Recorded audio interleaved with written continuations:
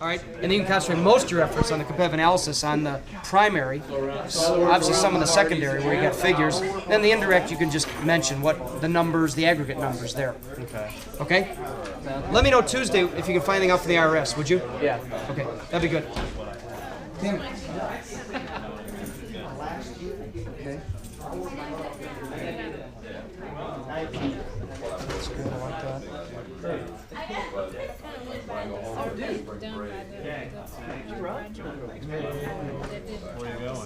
Oh yeah, Audrey, what she did hers? Yeah. Okay, use each other. That's a good one, okay. This is real good, Tammy. This gives you a lot of information. I was just about to ask you what about spending, and you got the question right here on the spending. I was worried about that because you need to know that.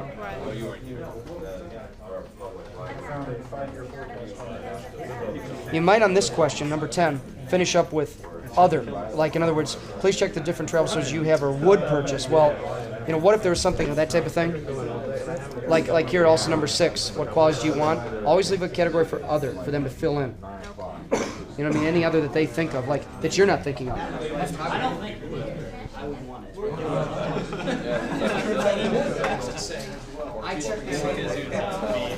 What I put in is a special legal expense the first year for a trademark search, and I'll try to get you a number about what that goes for. But generally, you're probably talking about $2,000 for a trademark complete search. Okay, might be able to get a little cheaper, but we know we can put that special expense in for you, and then you can acknowledge to the board that you recognize that would have just to protect yourself. You'd have. Incorporation in January. Things that does this. Some guy was saying he was quoted like almost twice what it cost him. Originally, I was going to describe South Bend, Elkhart, Mishawaka, and St. Joe County. Right. 4 separate sections. Right. I start on South Bend. Everything's declining. Population's declined. Building permits have declined. Are all the counties declining, or just that one? Just South Bend, I think. All right. I think Mishawaka. Then acknowledge that decline and show where the other counties are at. About that. Always counterbalance the one, but don't try to avoid it. I mean, I would recognize and say I realize it's declining. Right, it's a new build. That validates your argument about the remodeling. That's declining. Remodeling's declining, population's declining, new building isn't happening, therefore. They'll ask me what makes you think remodeling. I don't know. Talk to building supply stores. I don't know. I just get some figures. I went to one building supply store that told me that he's hosting this. What? Because I originally started, population declined 4,000 people from 1980 to 1990, and I'll put next. This might be a result of more movement into St. Joe County, the county areas, and the county areas we discuss at a later time. That's fine. That's fine. Take that approach. So I just discuss it. I would discuss it, acknowledge it, and then try to turn it to your favor in some way in the plan by doing what we're talking about. See what he says about building supplies and stuff. All right. See if that leads you to it. Okay. Thanks. All right, Mike. Charlie. Sister gave me a call yesterday. She's at a mall. I don't know where it was at now, but she's found some like this birthday. Take a camera with me, go to 111. There you go. Thing at McDonald's and go to Discovery. Excellent. Excellent. Good idea. Videos and pictures and show. Good. Well, I don't know what we're going to tell her then. She's either going to have No idea. They say, how much would you be willing to pay? And they say themselves, just go with mail order. I don't know. But if you, for example, they pay differently hourly than they would monthly. So what you need to do is give them choices hourly, 5, like 4 or 5. and then choices monthly, so they can check it. Because most people read that and say, I don't know what I pay. And what does he mean, hourly or monthly? So break that out. I can see now you guys get, oh God, you got the book. That's what the guy, they're like, oh my God, they're getting crazy over there. Hey, I'm an entrepreneur. I'll sell it. Start off, if you could, just tell me your name, spell it, and your full title, please. Spell the name and stuff? Right, go ahead. Hi, this is Dr. Donald F. Kuratko. That's spelled Kuratko. I am the Stoops Distinguished Professor in Business and Director of the Entrepreneurship Program at the College of Business, Ball State University. Okay, Don. Just ignore me and talk to Marc. First question here. Tell us about the beginnings of the Entrepreneurship Program. Why was it started? Well, about when I came here in 1983, we had a vision, I think, at this College of Business to look at niche programs. And what I mean by that is not to be the business school for everyone, but to be a business school that could look at maybe some unique programs in particular areas. And I think one of those particular areas that they saw in the state of Indiana was the area of small business and entrepreneurial developments. So I think this College of Business believed even back then, and I say back then because in the early 80s the entrepreneurial movement was just starting in America. But I think the vision of Ball State University was to grab onto that movement and really be able to create an academic program that could serve that rising need that they saw in the state of Indiana. So it was really back then that they came up with the concept, and certainly didn't really have it all pieced together, because at that time there were only 4 or 5 universities in America that had really developed any full-fledged programs in the area of entrepreneurship and small business. Those being schools like Baylor University in Texas, Babson College in Massachusetts, Wichita State University were some of the early pioneers in this movement. But Ball State University in 1983, when we began to launch this program, was actually the 6th university in the nation to actually get on board with a major or a concentrated area in this area of entrepreneurship and small business management. But I really believe it was to answer what they saw as a rising need in the state, in the whole area of economic development for the state of Indiana, of where really our success was going to come from as a state. How does the program work? Well, the program we designed it's interesting you asked that, because we designed it very special, a lot different than even the other schools did.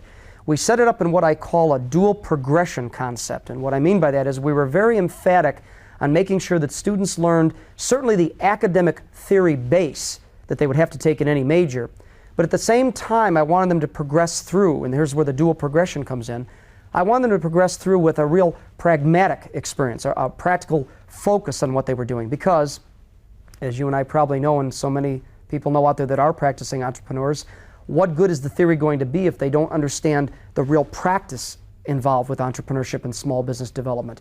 So our dual progression was to give them the best of both worlds. So the curriculum was set up really in 3 phases to answer this dual progression idea. The first phase is our foundations area. And with that I mean we take foundation courses in small business management, entrepreneurship theory, which is really the basis of what's going on in the United States and the world in the areas of entrepreneurial developments, and how do you manage those developments. The second part of our program is really what I call my applications, or maybe applications isn't a good word, maybe better, our specialty courses. And in there we look at MIS for small business, we look at law for small business, we have a creative financing course for new ventures, and we have a marketing course for new operations. So we try to really get our specialty courses in there for the different areas of developing a venture. And then our last part of this 3-phased program is to look at really now our pragmatic segment, or our applied segment. And there's 2 courses in there where, one, students actually go out and consult in teams with a local business from East Central Indiana on a problem that they're having, and our students use a semester to work on that problem and provide a consulting report to answer that problem. And of course that must be a realistic answer, not something esoteric. They must really get, you might say, their hands dirty to find out what really is the solution to this problem for the small business owner. And at the same time, they take another course called New Venture Creation, where each student individually develops a business plan for a business idea that would be feasible for the state of Indiana. One of our rules is it must not leave the state boundaries. We want these ideas to be homegrown ideas that really benefit the state of Indiana. And that's what they're doing at the same time they're consulting. 2 of probably the most difficult courses in the curriculum, but without question, 2 of the most viable and valuable courses for the curriculum. Quickly, can you give me 2 or 3 examples of success stories? Well, some of the success we've had, probably success has been more amazing than I ever dreamt it would be back in 1983 when we actually developed the curriculum. If I may just digress for one moment, when we started the curriculum back in 1983, there were many people that said, you know, you really can't teach entrepreneurship. You really can't deliver an academic program in entrepreneurship to undergraduates in college. That just isn't feasible. I often have said that many people poked fun at that and said that it was for other places, maybe where the trade schools could pick up and do this, but not a university. And yet our vision believed we could. Now, I've often said I think we built the program as I've told you, with the dual progression and the 3 phases, on a premise that my father once told me, and that was, and he was an entrepreneur all of his life. He said, if you really want to train an entrepreneur, they must go to bed at night and feel their spine sweat. And I felt that one thing we had to do was make our students understand that there is that risk that they must feel as well as learn. And one of the ways we did that in our final course, where they developed that business plan that I told you about, we had them present that business plan to a board of venture capitalists and investment bankers and practicing entrepreneurs down in Indianapolis. And we allow that board to make the final decision if the business plan is viable and hypothetically fundable from the standpoint of gaining money. If it is, the student receives an A. If it is not, the student receives an F. We believe that the A or F, the pass-fail concept, puts an undergraduate student who's a senior in the position of understanding risk, because they must risk their graduation to get by this course. So their business plan, if I may make this analogous, their business, everything's riding on it as to whether they get through college or not. I believe in some way we have made it analogous to what my father once said, our seniors feel their spines sweat. And I think that's a valuable lesson that they learn. The reason I digressed for a moment to your question and told you about that is because the successes we've achieved with some of our graduates, I think, are a direct result of feeling and understanding that risk level that they must take. Because, even to my surprise, many of our graduates have gone out within the state of Indiana and done some remarkable things, and I think have taken some very credible risks to do that. Some examples, as you asked earlier. One of my seniors, Leo Lagrade Jr., graduated from our program. His family owns the Milano Inn, a wonderful restaurant in Indianapolis. Leo developed a concept to take the family business restaurant out to more people across the state. He felt, is there a way that rather than bring the people to the restaurant, we could bring the restaurant to the people? And so he devised a concept way back in 1984 of what he called Milano's Pasta to Go. Now we see a lot of pasta to go concepts, but it was Leo that really created the concept. And today he's got 8 locations across Indianapolis with a plan in process right now to do a national franchise. A tremendous success, I think, not only for Leo and for his family and for our program, but for the state of Indiana. What a wonderful thing to see spreading across the central Indiana, Marion County area. So I'm very proud of what Leo's been able to accomplish. Another example, to give you in a whole different vein, Scott Morris, one of my graduates from a number of years ago, came up with a concept to take lawn care that we see many students doing nowadays to a whole nother level. And he came up with an idea and developed a plan called Estate Management Corporation. And his idea was to go beyond lawn care and actually manage the estates of people, very well-to-do professional people, be it doctors, lawyers, professors, whatever it may be, but to manage their large houses and estates. And the idea would be that they would sign a yearly contract where Scott's company would do everything, would manage the estate from remodeling that had to be done, lawn care, taking care of various problems with the heating or air conditioning, whatever it may be, roofing, you name it. He would be the one-stop company you call that takes care of your place. And if he personally couldn't get it done, he would broker to get it done. Again, a lot of people looked as if, would that really be a viable concept? Well, that was about 5 or 6 years ago, and today, up in Fort Wayne, Scott is a very successful entrepreneur with Estate Management Corporation. And I would say that after talking with him, his business has expanded every year, and now they're talking about expanding across the state into the Carmel area and different parts of the state. So again, we're seeing a student not only succeed with a business in a particular area of the state of Indiana, but that business concept now with the chance to grow and spread across the state of Indiana. So those are 2 examples in 2 different industries of where I see, examples of my students succeeding, and not only, as I say, for the program, but I think succeeding for the state of Indiana. Okay.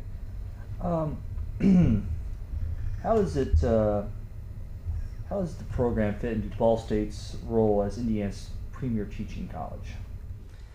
I think that the role the program plays, Ball State University trying to be a premier teaching university, and I think we're meeting that role very well.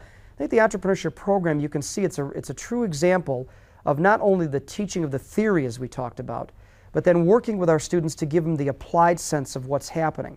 So it's a combination of, we've often talked about here at the university, of applying certainly the academic research, but working with the students on that research and having them apply that.